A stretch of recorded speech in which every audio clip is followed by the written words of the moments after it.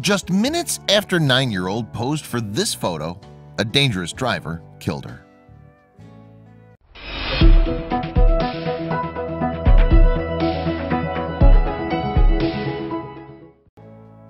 Who knew that such a happy day could go south so fast?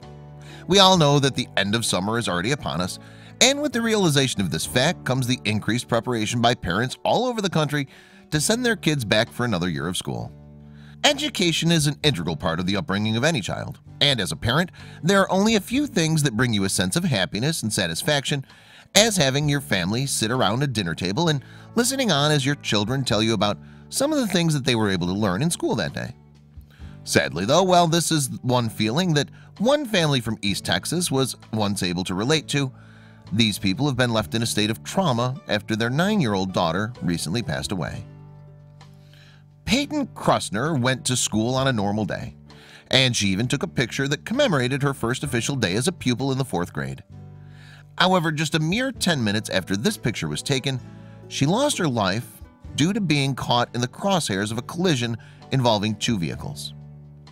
According to a report by state troopers, on the 28th of August, a man named Marcus Wayne Dukes, who was 18 years of age, was driving on his way north on FM 225 when he made a leftward turn to the oncoming traffic and smashed right into another car.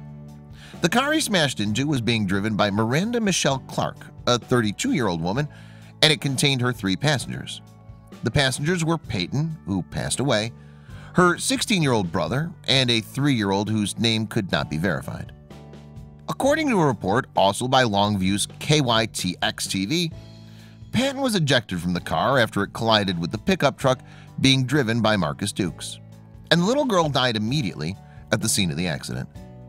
Authorities stated that while Clark had her seatbelt on, all Peyton had on was the bottom portion of her own seatbelt. On the other hand, Dukes, Peyton's elder brother, and the unidentified 3-year-old were not putting on their own seatbelts at all.